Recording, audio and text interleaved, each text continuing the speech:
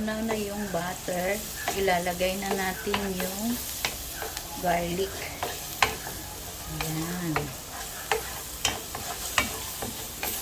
Maraming garlic dahil garlic buttered shrimps ang ating iluluto. Medyo aromatic na at golden brown na yung ating garlic. Ilagay na natin yung onion. Ilalagay na natin ngayon ang shrimp. 1/2 kilo lang yan. Ayan.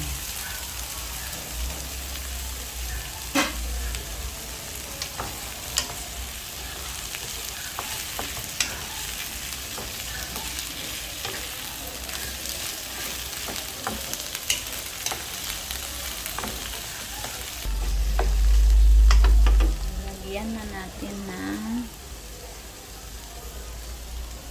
black pepper, salt to taste. Lagyan natin ng 1 tablespoon na soy sauce, 2 tablespoon na ketchup.